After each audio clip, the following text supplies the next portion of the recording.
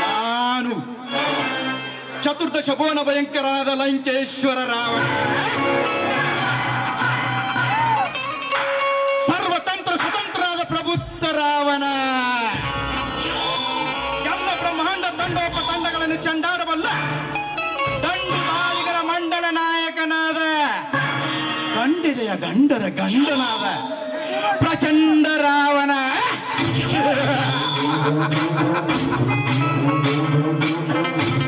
ನಾ ತೊಟ್ಟ ಹಠ ಸಫಲಗೊಳ್ಳುವುದರಲ್ಲಿ ಯಾವ ಸಂದೇಹವೇ ಇಲ್ಲ. ಸ್ವಂತ ಮಗನಂತೆ ನಟಿಸಿ ಶ್ರೀಕಾಂತ್ ಗೌಡನ ಮನೆಗೆ ನಾ ಬೀಸುವೆ ಮೋಸದ ಬಲೆ. ಅದೇ ನನ್ನ ಕಲೆ. ಕೊನೆಗೆ ನಾ ಮಾಡುವೆ ಆ ಶಿವಕಾಂತ್ ಗೌಡನ ಕೊಲೆ. ಶಿವಕಾಂತ್ ಗೌಡ,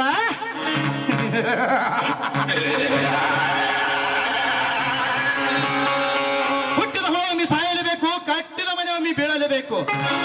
ಅದರಂತೆ ಒಂದು ದಿನ ನಿನ್ನ ಪಾಪದ ದೇಹ ದಹನವಾಗಲೇಬೇಕು. ಕೋಬ್ರಾ,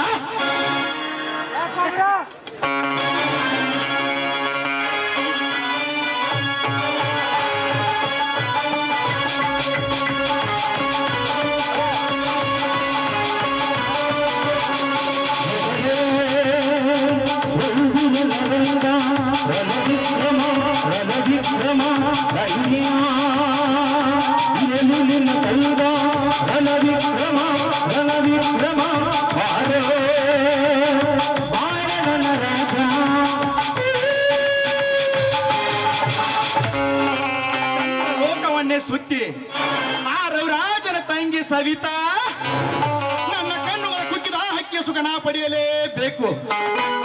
ಸವಿತೆಯ ಸುಖ ಪಡೆದು ಗೌಡನ ಅಂತಸ್ತಿನ ಸಿಂಹಾಸನವೇ ನೇರಿ ಸೇಡು ತೀರಿಸಿಕೊಳ್ಳುವುದೇ ಈ ವಿಕ್ರಾಂತನ ತಂತ್ರ. ಮುಂದೆ ಅರಿತು ನೋಡು ಈ ವಿಕ್ರಾಂತನ ಕುತಂತ್ರ.